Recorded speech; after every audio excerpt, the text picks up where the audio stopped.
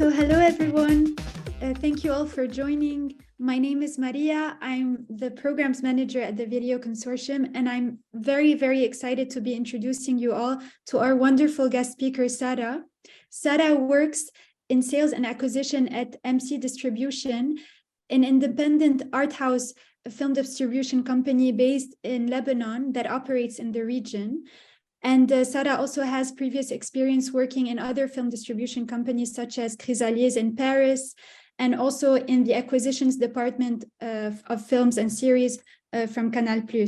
Sara, thank you so much for joining. I'll let you take it from here. Thanks for having me. It's very nice to meet you all. Excuse the non-professional setting, but I have a broken foot, so this is the only way I was comfortable.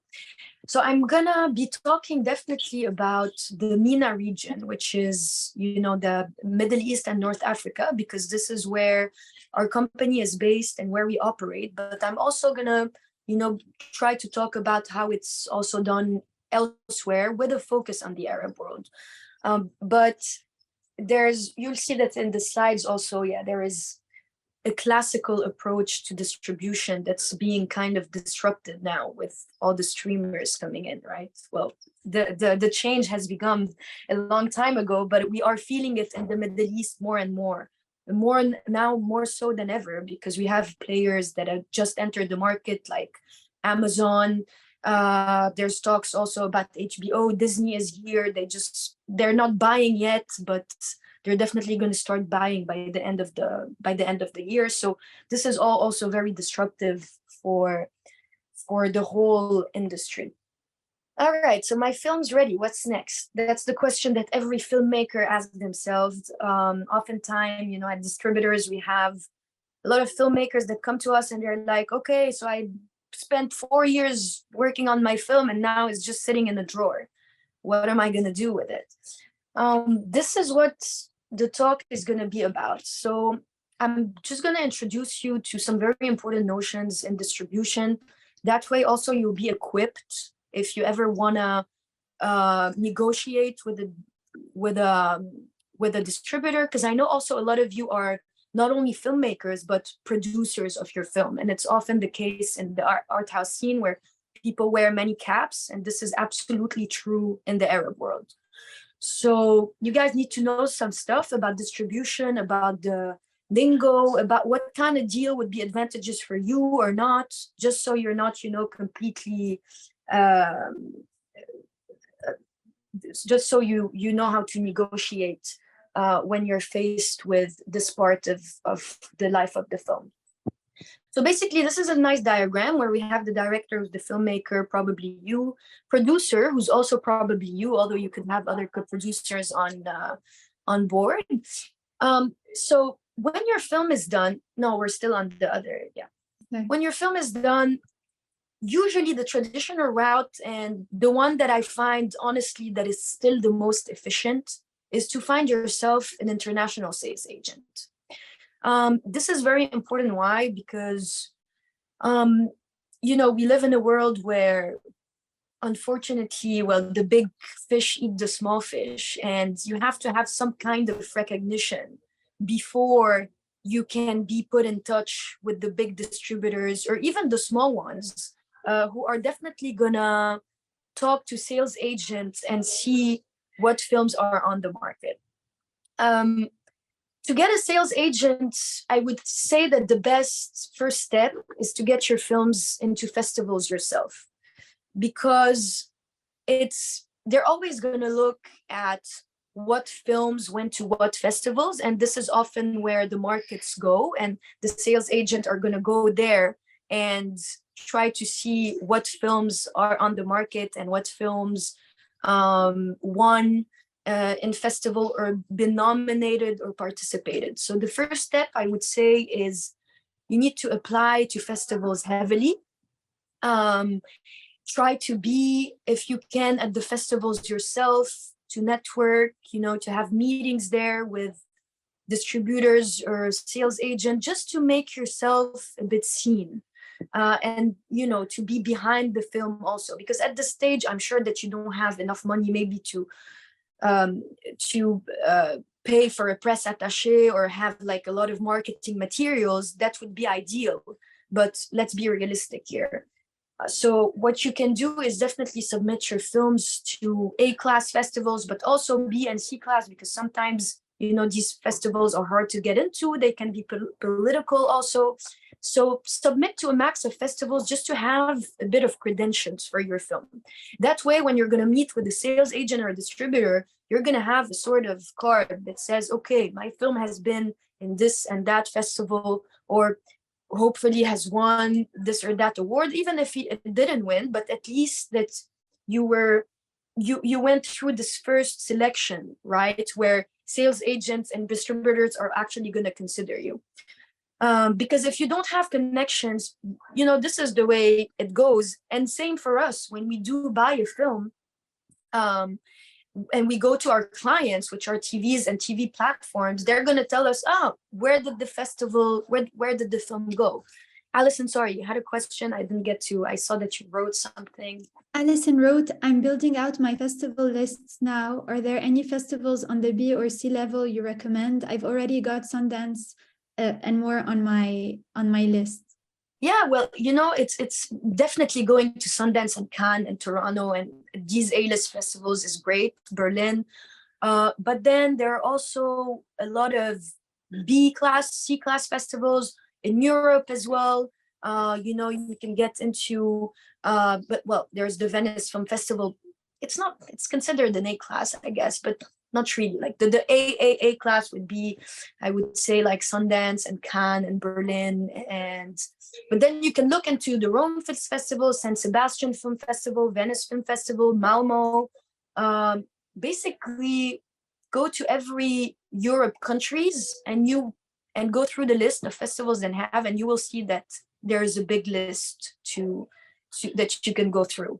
And even if your festival gets into 1 or 2 or 3, it's better than none. So I know it's hard and it costs money as well, but it is definitely going to help you to get some kind of weight when you approach some sales agents. In the MENA region,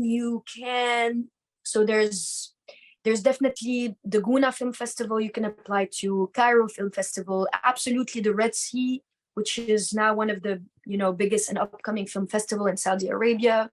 You also have Carthage in Tunisia. That is a very old and very respected film festival with a very art house audience that actually knows their films. What else? You can apply also to Beirut Film Festival, the Ayam Beirut Cinémaïa. You can apply to festivals in Egypt that are a bit more art house, like the Ayam Cairo Cinémaïa, which is a festival organized by Zawiya, which is an art house cinema over there. And the list goes on. So just, you can definitely look it up online, make a list for yourself, and just start applying until you get one. And I'm sure you will. So let's go down in the side. So we have the sales agent. How does it work? If you do get a sales agent, this is great because this is going to actually give you a window to an international distribution. Why? How do sales agent work? So basically, if you're going to sign with an international sales agent, they're the one who are going to buy the rights for your film worldwide. And then they're the one who are going to dispatch the rights of your film to local distributors. So, for example, you get an international sales distribution in France. By the way, I strongly advise that you look at sales distribution in France as well, because for art house, they're pretty strong. And they're also interested in international content and Arabic content.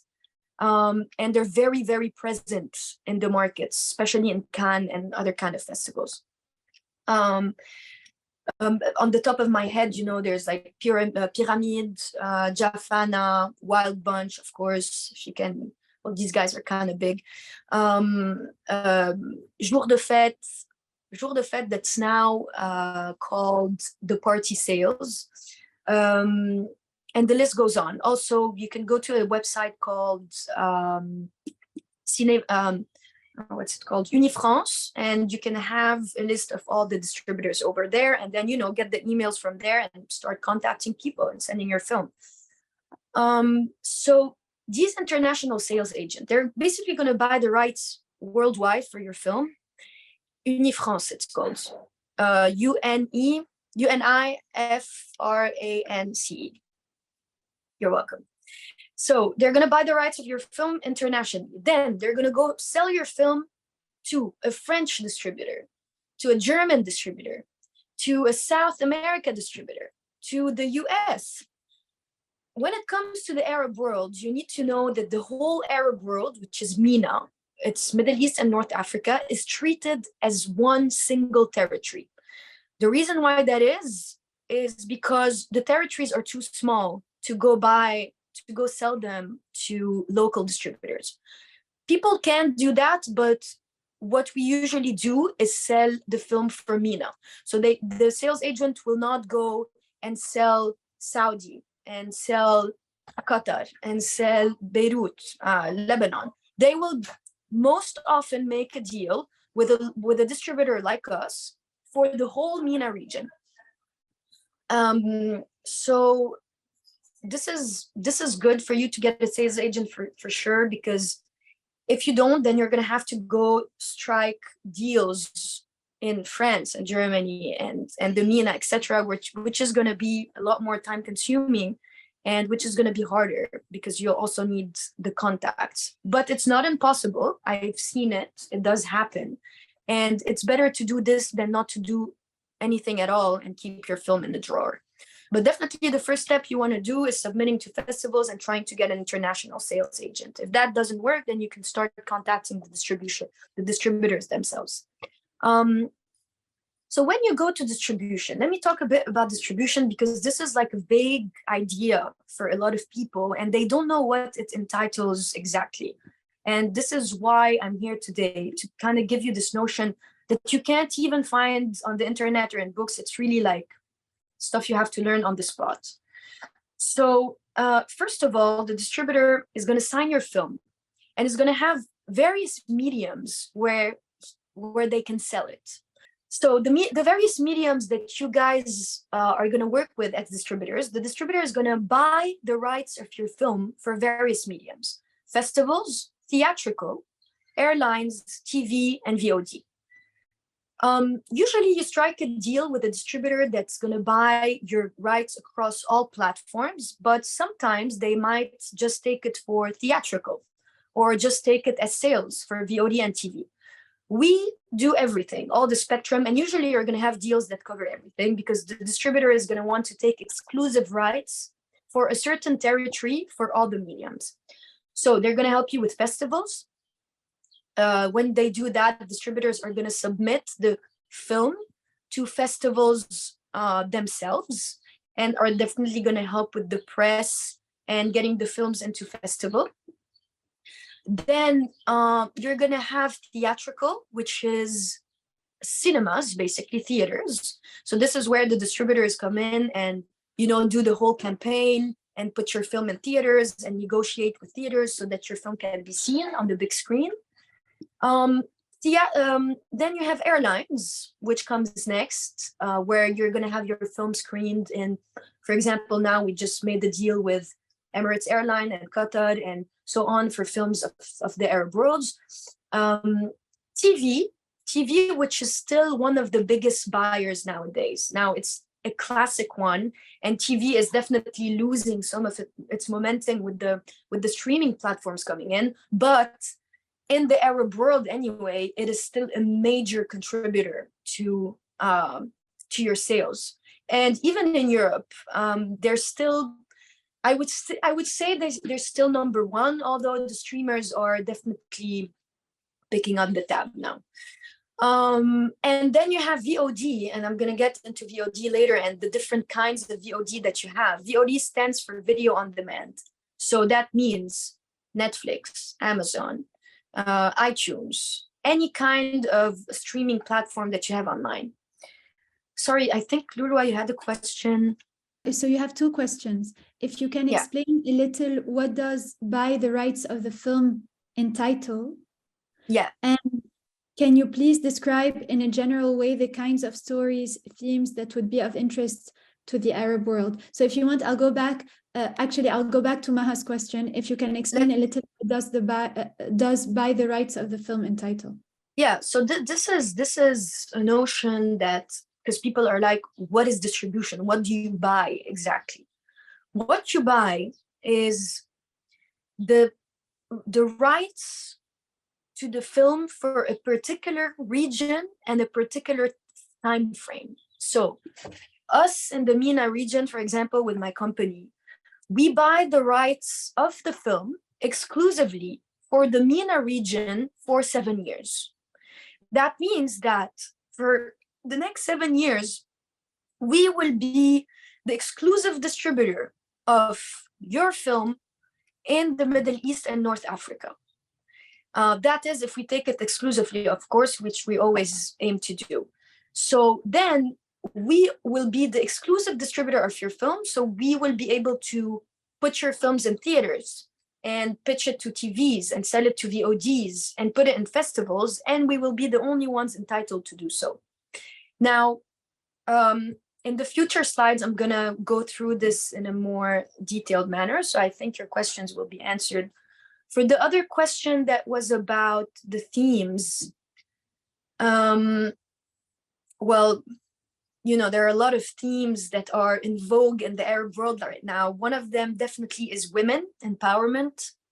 As you can see, you know, there are so many films about this this theme, especially films coming from Tunisia and Morocco, and well, even a lot in Lebanon right now. With, for example, I don't know if you've seen. Well, you probably haven't seen it. La Nuit du Verre d'Eau, which is a new film in Lebanon that went to festival, also about women empowerment and with these women that are housewives and, you know, are discovering that they actually have, you know, a life of their own.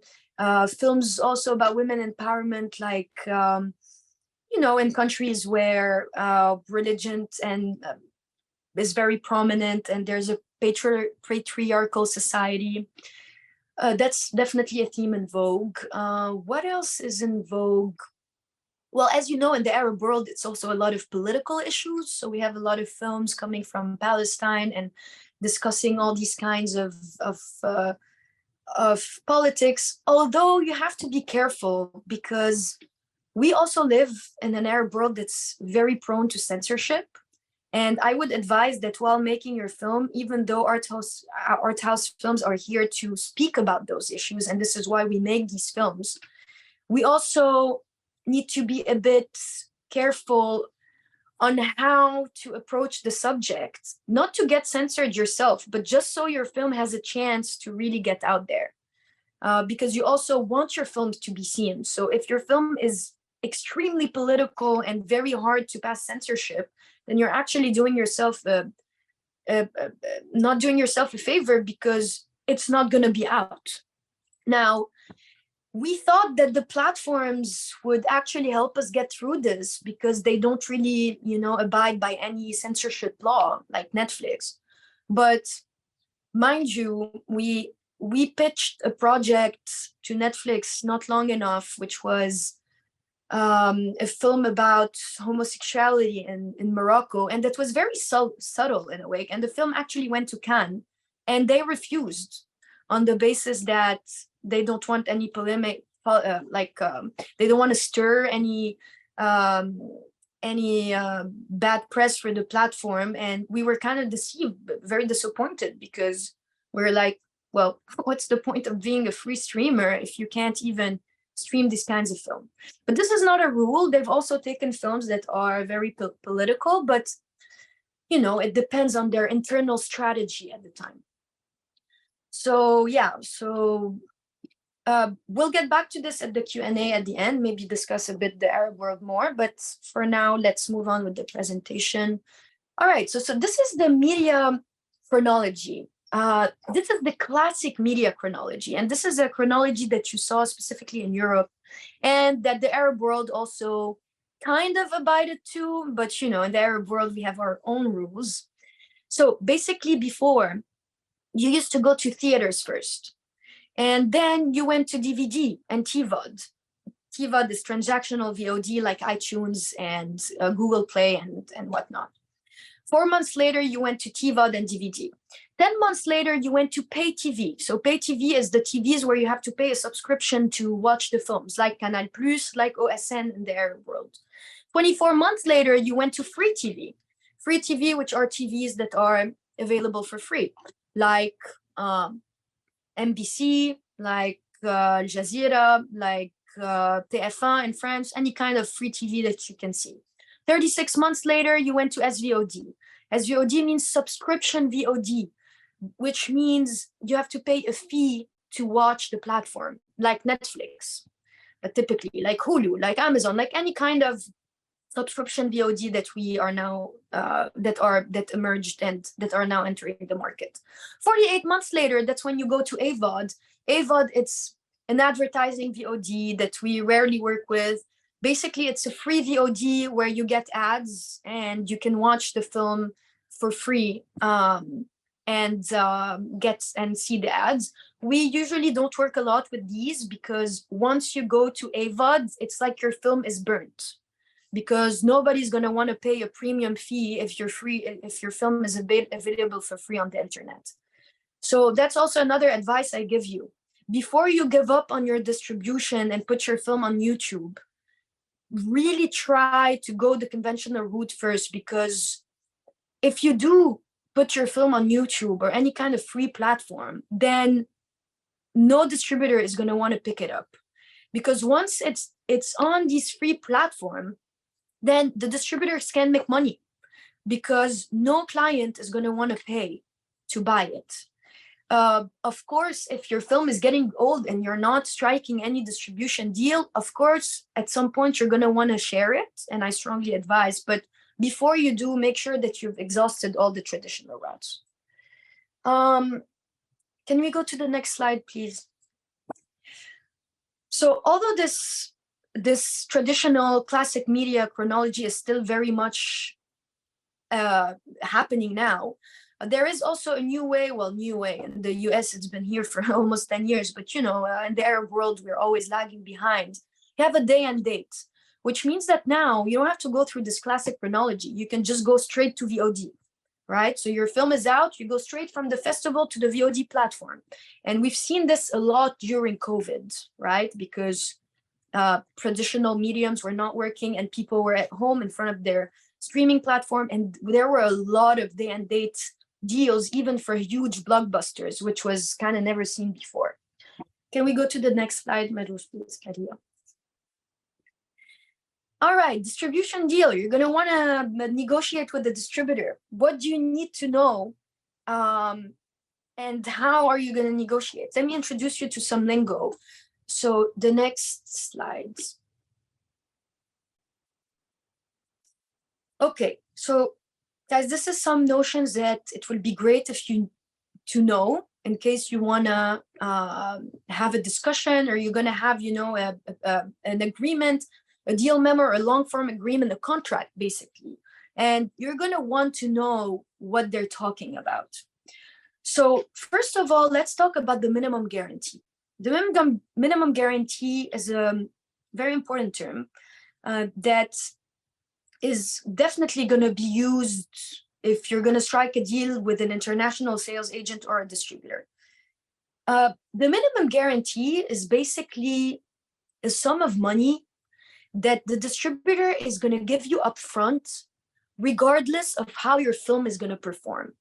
It's like if you want an advance on profits, and it basically means, so let's say you have a film and I'm the distributor, you're the producer. And I'm like, okay, Maria, let me buy your film. And I'm going to pay a minimum guarantee of $10,000 for it.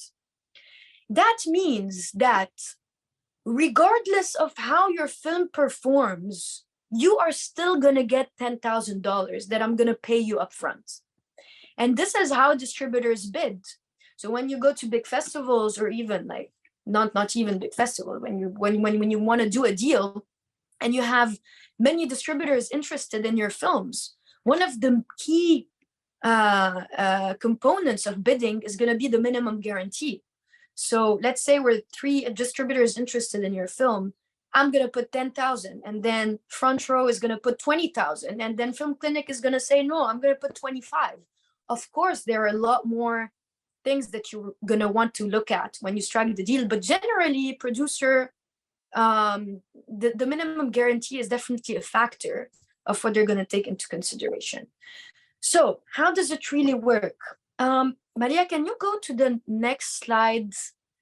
And actually, it's a few slides further down the line. Can you, scroll till I tell you? Next. Yes.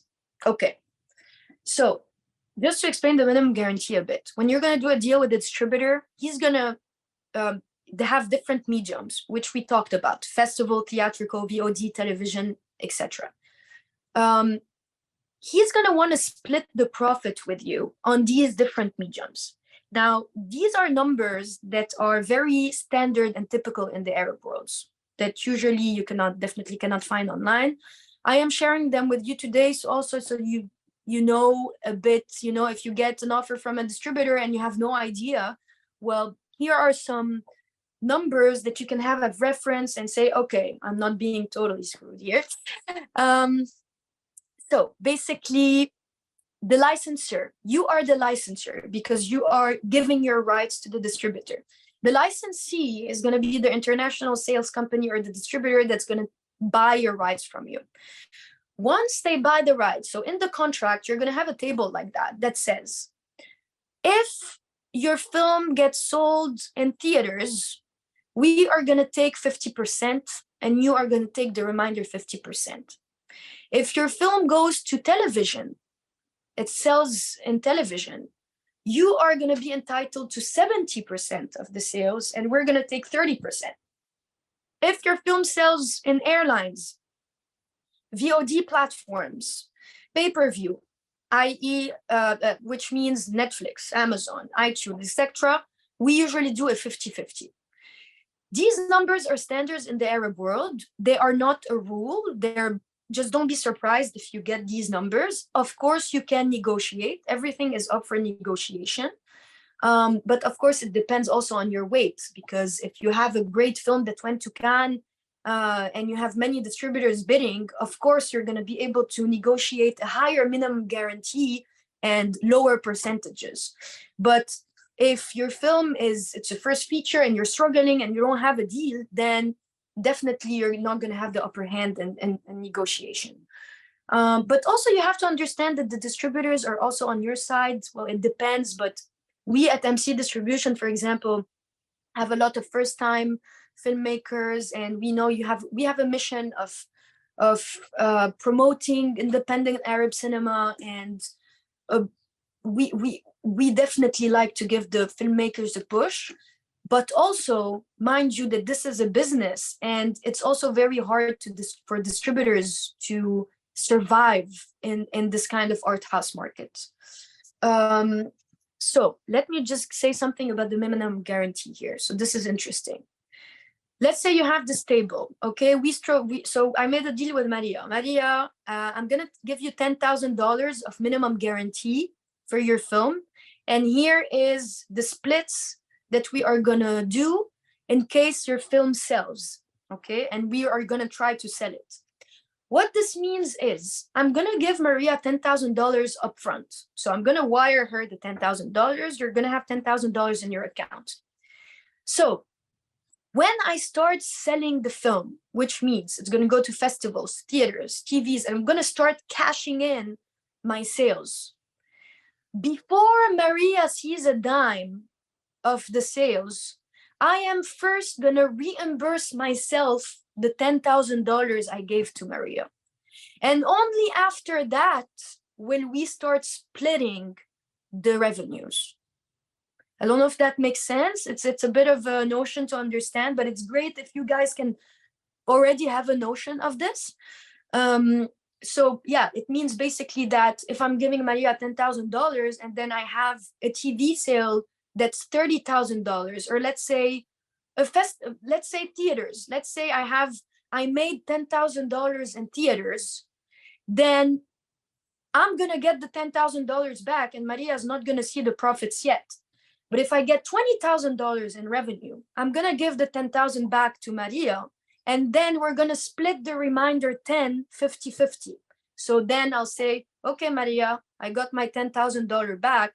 Remaining is $10,000. We're splitting 50-50 for theaters. Here is 10,000. Here is 5,000, and I'm keeping the 5,000. So I don't know if this makes sense, guys. Please don't hesitate to ask questions, because these are, it's a bit of math, but it's great to know this stuff. So another thing that you're gonna recoup.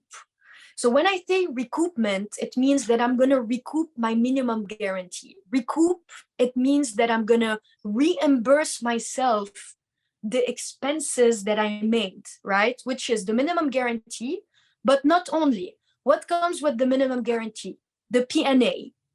The P&A is the publicity and advertising budget, which basically means your campaign. All right. So if you want to go to theaters, the distributor is going to advance money into the advertising campaign, which means he's going to pay for billboards. I'm going to pay for a TV campaign. We're going to pay for something as simple as the film materials, the DCP, the subtitles, the press, whichever expense that is related to your theatrical release. All right. So these expenses is the distributor that is going to front them up. So he will need to recoup these expenses before you can see the profits. So it acts kind of in a way of in a minimum guarantee. It's not a minimum guarantee because you are not getting this money as the producer, but it is money that the distributor is expensing from their own pockets and fronting you for the campaign. So let's say I'm paying $10,000 in my campaign, and then I released your film in theaters. If your film make $5,000, I'm going to take the $5,000 and you're not going to see a dime because I didn't reimburse my part yet. I didn't recoup. But if your film makes $30,000, then I will be reimbursing myself the MG, the minimum guarantee, plus the P&A, so plus the $10,000 in the advertising campaign. The remainder, which is in this case, let's say $10,000, I'm going to split it with you. And this is where you're going to start seeing the money come in.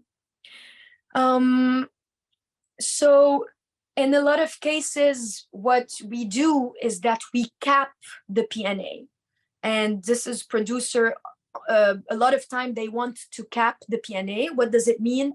It means they're going to say, okay, let's do a theater campaign, but we're going to cap the P&A to $30,000 because we don't want you spending $100,000 and then not seeing a dime of the film ever.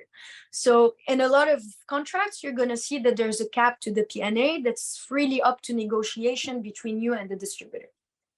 Can we go back to the slides, please, Maria? The first ones. We're going to go through some more notions. Guys, if this is interesting to you, great. If you feel that it's a bit too detailed or complicated, please do not hesitate to say, because I want this session to be useful for you. So the territories, why is the territory important? Because basically we are buying the rights to your film for a specific territory. This is very important. I'm buying from MENA, which is the Arab world. The international sales company is going to buy it worldwide, but also they can exclude territories. They can say, we buy the film worldwide, except for the home country, which is sometimes the case, because a lot of time producers like to keep the home country for themselves and, work out the campaign themselves and work with a local distributor there. It's not uncommon. So the territory is very important. Expensive cap, this is what we talked about. You want to cap your expenses. Print and advertising, this is the P&A budget that I was talking about. The asking price, well, okay, it doesn't matter at this point. Yeah, it's basically the price that you're asking for your deal. Bonus and bumpers. Bumpers means that sometimes you're going to go through a deal and you're going to say, okay, I accept the minimum guarantee of $10,000, but I want a bumper of $5,000 if my film gets a prize in the Venice Film Festival. Basically, you're conditioning your film. Like, let's say you want to strike a deal soon, but you know that you might have a chance to be selected in Cannes. Then in your contract, you would say, I'm getting $10,000 more if I'm selected in the Un certain regard category. Okay, and this is up for negotiation as well. Cross-collateralization. This is such an important notion and so difficult to pronounce, but it's really a notion that you're going to see in all of your contracts. What does it mean? Cross-collateralization or cross-co is basically you're saying that you're cross-collateralizing your cross-collateralization, sorry, because it's a bit hard to pronounce, your revenues across all mediums. What that means is that for the distributor, if you're losing in theatrical, which means your film didn't do good in theaters, but you got an amazing TV sale, the cross-collateralization means that you're going to merge all these revenues and be able to merge the expenses and profits from them. So if we go back to our table, Maria, if you can go back to the table where there are the numbers. So basically, the calculus is going to be different in the report that the distributor is gonna do. So basically what it means is that the distributor can offset the minimum guarantee and the theatrical losses against profit from all other windows. So like I'm saying, if your theaters was a total bust and you really lost a lot of money, you're going to be able to compensate the losses with the sale from television or from VOD. And usually all international sales agent and distributors are going to ask for a cross-collateralization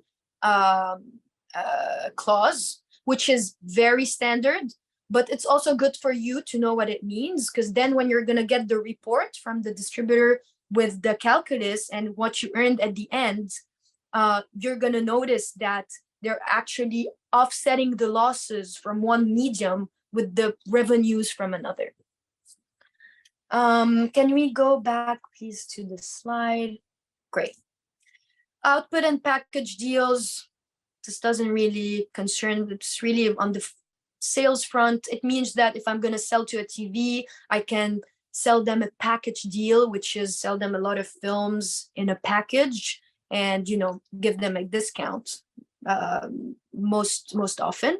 Holdbacks. This is interesting. This you're definitely going to get also in your deal memos and contracts. So holdback means it's kind of like conditions that you're going to want to put in your contract. So it's like a period of time before which the licensee is not allowed to release the film theatrically, but it can also be something else. For example, you have a film, and one of the holdbacks with the distributor is you're going to say, you cannot release the film in Europe before it does a theatrical release in the Arab world.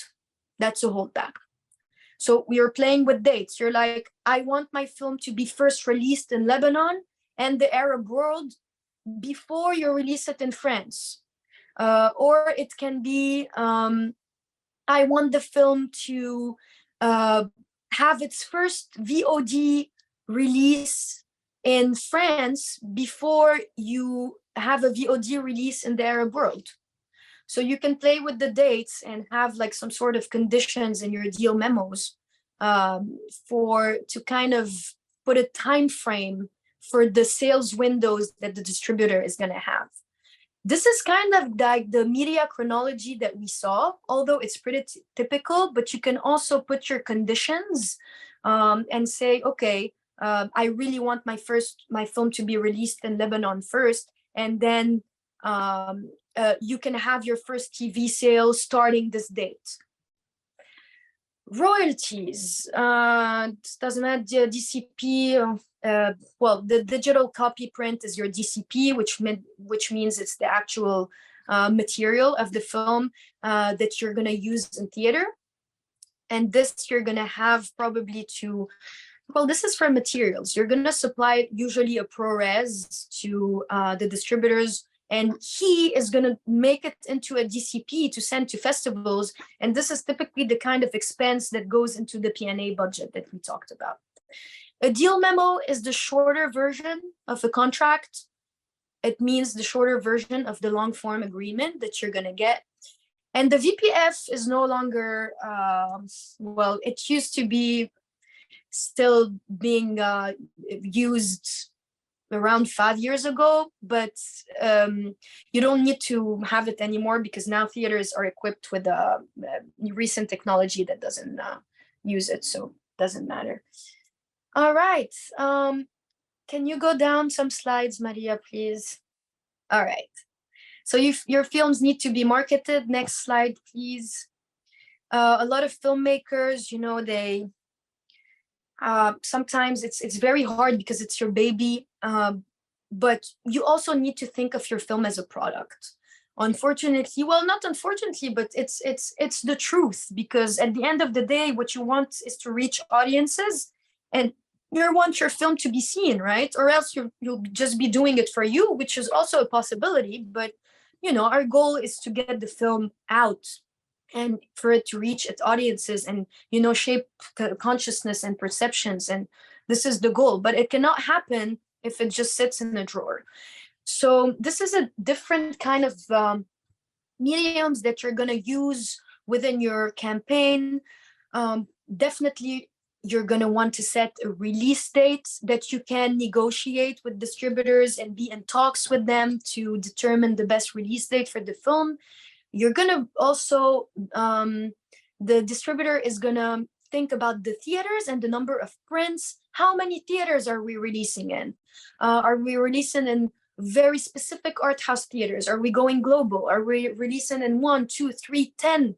This is also going to depend on your strategy for the film. Do you want it to be a very niche campaign, or do you want it to be a bit more global?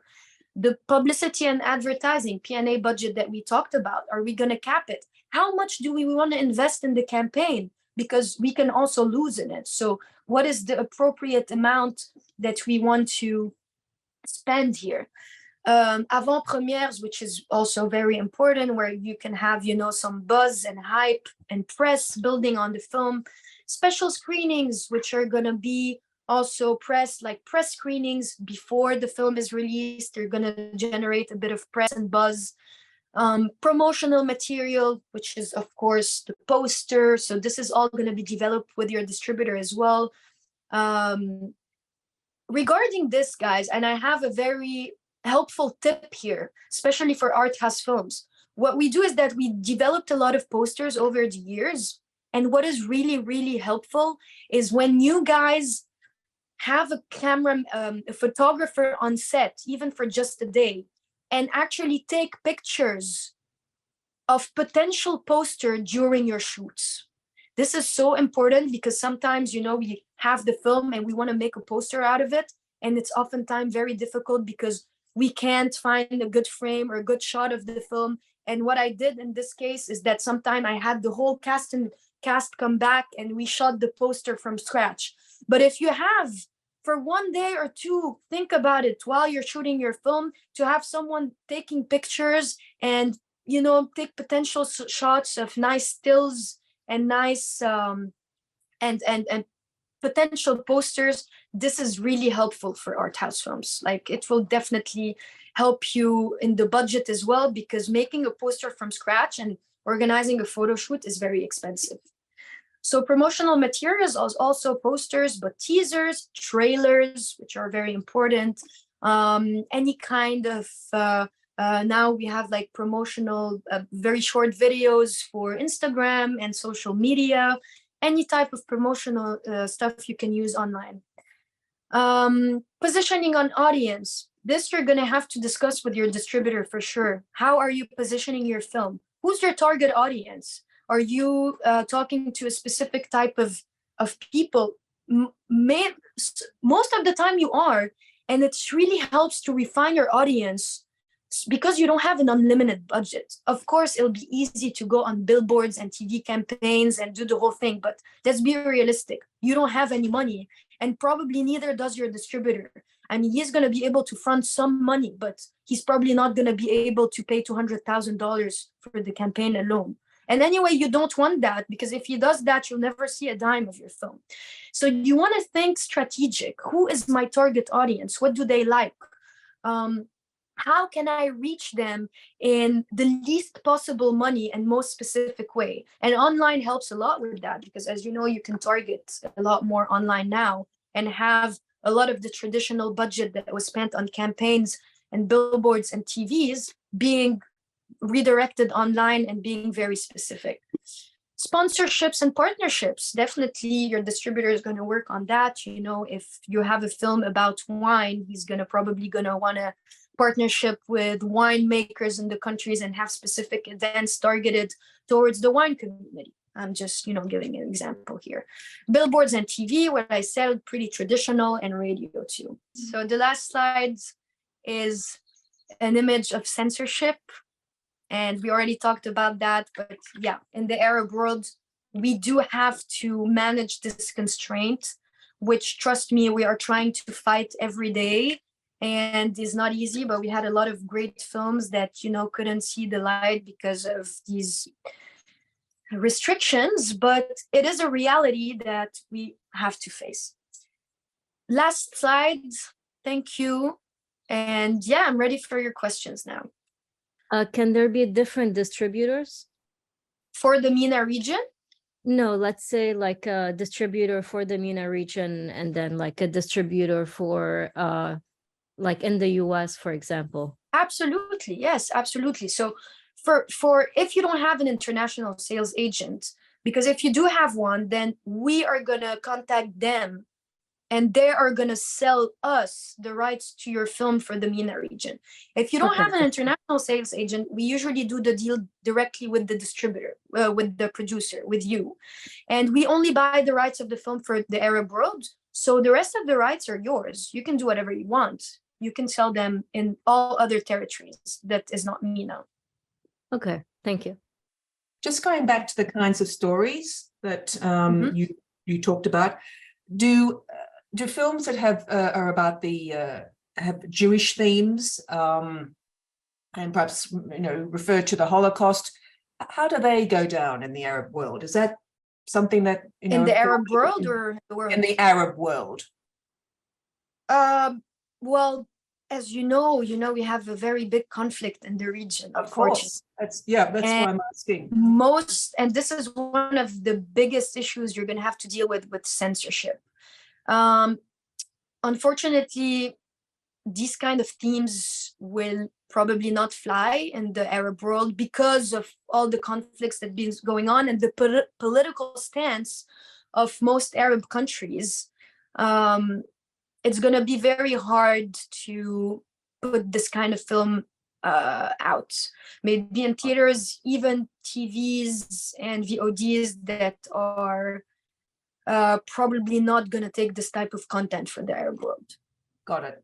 Thank you. That's very So helpful. there are 3 issues with censorships. The main themes that you have to look out for are homosexuality, that is still very hard to pass through censorship. Religion, also, criticizing religion, Islam, or even Christianism in Lebanon, for example. And the third is everything that's related to Israel. Got it. Thank you very much. Yeah, you are most welcome. Alison, I saw you wrote something. Yes, Sarah, Alison wrote, do you recommend waiting until after your film has had its festival run before reaching out to international sales? Yes. Yes, for the simple reason that these international sales and distributors, they receive so many films. A lot of all filmmakers are going to take their shots at some point, and they're often overwhelmed with emails, and you want your film to pop out or to have some kind of credibility before you approach them, unless you have a personal contact, which is different. So if you're recommended by someone or you know someone personally, then yes, you can send your film. But if I would advise definitely to have at least 1 or 2 festivals in there, you know, so you can say, hey, I already have this. Thank you so much, everyone, for attending. And thank you for your wonderful comments. Thank you, Sarah, for sharing your knowledge and expertise with us. As always, the Video Consortium is by and for nonfiction storytellers. We always welcome your feedback and anything you would like to say. So if you have ideas concerning new workshop ideas, or if you would just like to be involved with the Video Consortium, please don't hesitate to email us at programs, I'm going to type it here, programs@videoconsortium.org. Also, please don't forget that we have more upcoming workshops that will be posted soon. You can see it on our events page. And also for those of you who are gold members, you will be able to see the recording of this video in about 2 weeks' time in our workshop archive. And again, thank you all for being here, and see you all very, very soon. Thank you, Maria, and thank you guys so much. You've been a wonderful audience, and I hope I was able to help a bit. Things are a bit clearer, and best of luck for your projects. You know, I know it's tough, but it's what we love to do, and yeah. Of course. See you soon. Thank you, Sarah. Thank you, everyone.